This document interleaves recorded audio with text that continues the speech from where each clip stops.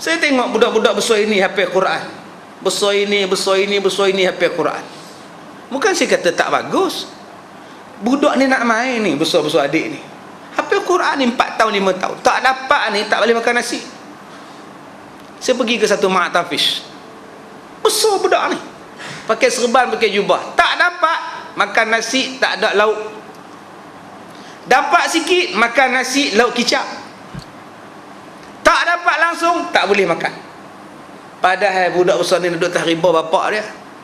Budak besar ni nak duduk atas tengkuk pak dia. Pak dia berjalan, pergi jalan kat taman bunga. Besar-besar ini nak main. Tak, di atas tengkuk bapak lari-lari. Pak terlupa pokok di atas.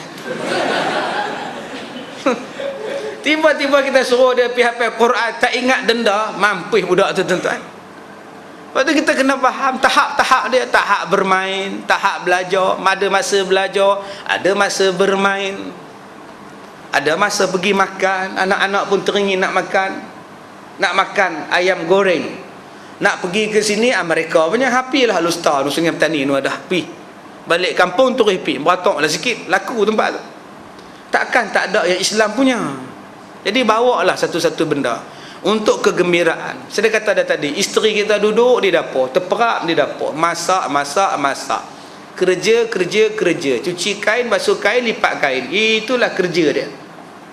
Cuba hari tu kita buat cuti. Seminggu kamu cuti, jom, yang nak pergi mana? Cakap nak pergi mana, nak cuti. Langkawi, Penang, Tioman, Pangkor, cakap. Tapi kalau boleh abang nak pergi dekat sini aja, Kemensah aja, musim-musim ini dah lah. Pergi zoo dah lah ya. Zoo nak buat apa abang? Daripada kecil sampai ketua saya zoo je. Ada orang saya cuti je bawa ke zoo. Okey bah, hari Ahad ni abang cuti, kita pergi zoo je. Zoo lagi. Anak ni bila sebut zoo muntah. Tak ada lain ke tempat bapak daripada zoo bapak. Buat macam mana itu yang boleh jimat pun minyak. Jimat dekat, tol tak payah bayar kata dia. Ambil satu saat. Bila saat ini tuan-tuan ada tuan-tuan akan ceriakan hidup tuan-tuan. Ceriakan hidup anak-anak. Baik yang terakhir, kelebihan nombor 5. Kelebihan terakhir berkahwin. Kahwin ini ada 5 kelebihan. Dengan sebab berkahwin itu melawani hawa nafsu dan memerangi akan dia dengan mentadbirkan akan hak yang wajib atasnya bagi isterinya. Dia kata bila kita ni kahwin, menjadikan kita ni melawan hawa nafsu daripada seorang perengus, seorang yang panas baran. Kita lawan hawa nafsu kita, akhirnya kita akan jadi sabar. Saya ni ustaz, kalau tak ingat anak-anak ustaz, selama dah cerai isteri ustaz, tapi ngenangkan anak-anak ustaz, sesabar je. Itulah kahwin. Kalau tidak hari tu kita balun dah. Saya ni ingat dia ada mak bapak ustaz. Saya pula baik dengan pak mertua saya ustaz. Saya pun tak sanggup lah buat kenangkan pak mertua saya ustaz. Lawan hawa nafsu. Saya kenangkan, saya ambil dia tu ustaz, dah pegang dengan amanah Allah, saya kena jaga ustaz. Kalau saya tak fikirlah akad menikah hari tu ustaz, lama dah ustaz. Itulah dia yang jadi kahwin. Saya ni ustaz fikirkan, saya ni pak saya ada suami ustaz. Kalau saya tak ada suami tak tahulah ustaz. Saya ni fikir ustaz ada hukum ustaz. Kalau tak ada hukum lama dah saya hanyut ustaz. Itulah nama dia, melawani hawa nafsu. Kahwin tu melawani hawa nafsu. Tapi kalau kita tak terlawan, kita akan jadi buruk sangat. Buruk sangat perangai kita kalau kita tak boleh lawan hawa nafsu kita. Kita akan jadi seorang panas baran. Bukan setakat isteri kita pukul, anak pun kita bunuh. Dipijaknya anak sampai mati, dicekiknya anak sampai mati. Orang yang macam ni dia tak boleh tahan. Dia tak boleh kontrol hawa nafsu dia. Dia tak boleh lawan sebab dia tak didik hawa nafsu dia. Orang yang berkahwin, orang yang membelah hawa nafsu dia.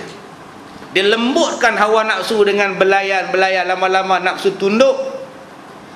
Bukan dia hangatkan lagi hawa nafsu. Kemudian, dan sabar atas kelakuan isterinya yang tiada muafaqah dengan dia. Seorang suami yang baik melatih diri dia untuk sabar dengan perangai isteri. Isteri melawan, jangan marah. Isteri bantah, sabar. Jangan angkat tangan, jangan angkat kaki, jangan angkat pisau. Kalau nak marah isteri, ingat perut dia tu pernah mengandungkan anak kita. 8 anak kita terbit daripada perut isteri dia.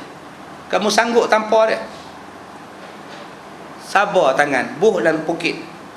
Taklah jadi tampar. Kalau tuan-tuan nak tampar dia, tampar dengan pukit-pukit sekali. Aku tampar kan, duduk dalam dia. Ini tuan-tuan, aku tampar kan. Memang tampar lah. Dia isteri tu pun gatai mulut. Tampar. Gatai juga. Bila tuan-tuan nak marah, dia ingat apa yang dia buat. Nak marah suami, ingat apa yang dia buat. 20 tahun kahwin, pinggang dulu 24, sekarang 48 pinggang. Siapa yang bagi makan kita? Tak suami kita. Tiap bulan pikul beras buat balik. Tiap hari beli ikan buat balik. Tiap hari beli susu buat balik. Tiap bulan beli baju. Pinggang 24, sekarang 44. Siapa yang menggemukkan? Suami kita. Syukur pada Allah. Sabarlah. Tapi banyak orang, dia tak pernah fikir, kalau saya tak kahwin dengan awak, ramai lagi orang nak dengan saya buat tu. Ramai lagi. Tak macam mana saya kahwin dengan awak, menyesal. Itulah penyakit. Dia tak mau sedar insaf, nikmat pengorbanan yang diberikan. Dan pula menanggung atas kesusahan daripada isteri. Isteri sakit, dengan sebab isteri sakit tunggu di hospital. Dengan sebab suami sakit, isteri tidur atas lantai, bawa tikar, bawa tutup, teman di bawah. Nak tidur atas katil, nurse marah. Nak tidur atas katil, suami tak muat, suami besar. Lah tidur atas kursi, tak pun tidur, kepala dia duduk